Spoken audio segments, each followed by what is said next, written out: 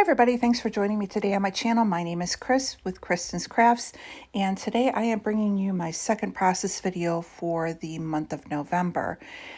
This is using a sketch from Christy's Beautiful Life, 30 Days of Sketches from last month.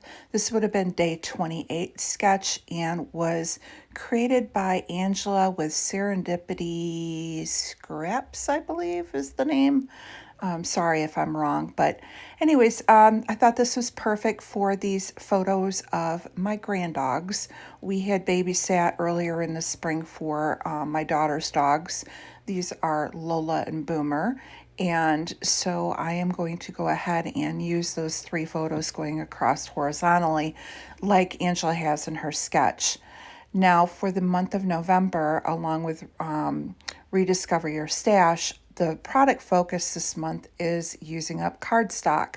And so therefore I am going ahead and pulled out some cardstock. I'm going to use it the easiest way I know, which is to put a frame around it.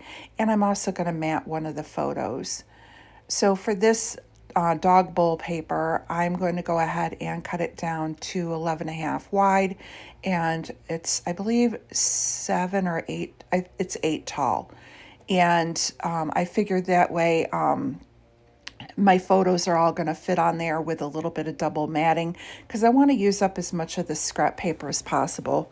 This kit would have been made, I believe, possibly through scraps. I don't know. It was a page kit I had made a while back, and I was going to use actually, I think I was going to make this for my daughter-in-law's shower album with a picture of my other two granddogs, but I decided to go ahead. I haven't scrapbooked Lola and Boomer yet, so I'm going to give them their opportunity to get in my scrapbooks. So this one I am cutting down a little bit smaller. I believe I'm at 7.5 wide or tall and 11 wide maybe. I think I took a full inch off so that it's bordering on the inside.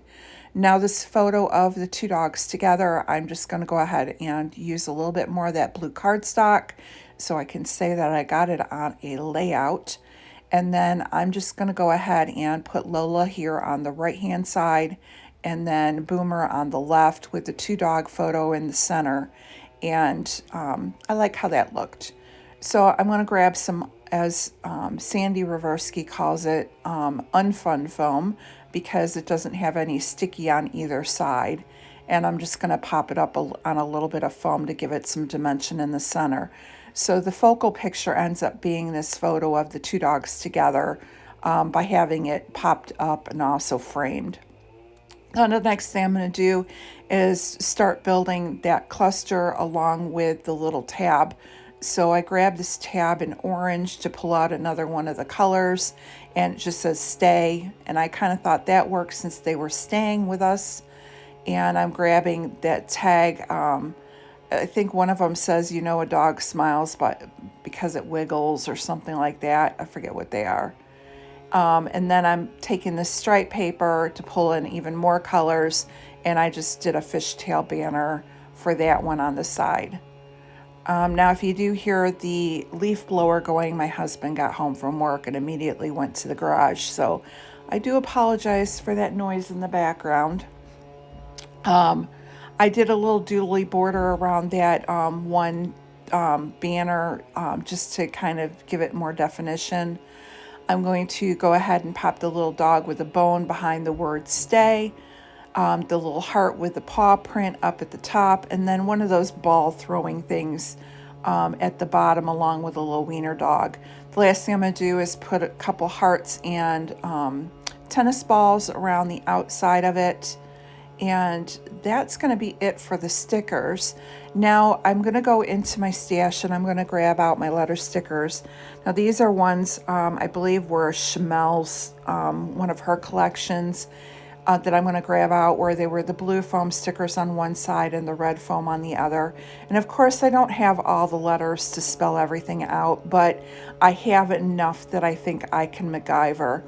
So I'm going to start out by spelling Lola, and I started out by going and just cutting off and having like one coming down as a small L. but I ended up not really liking how that looked. I used a V upside down for the A, and then I grabbed a little cutoff piece to finish off the A. I used the blue ampersand, and then I'm going to go ahead and spell out Boomer. The only thing that I have to MacGyver for Boomer is I'm going to take a J and put it upside down to make it an R. The more I looked at Lola, it was okay, but I didn't really care for it. So I spread the letters out, and then I'm using the little cutoff pieces I had on the sticker sheet to make them capital L's. It just, to me, looked a little bit better. I don't know. And because it's going in my album, I'm okay with MacGyvered letters. And then that's going to be it. I'm really happy with how this turned out. Here is a few close-ups for you, and stay tuned on my channel. We're going to get through a few more of these Kit page kits I have in my box. Thanks for stopping by. Have a great day. Bye-bye.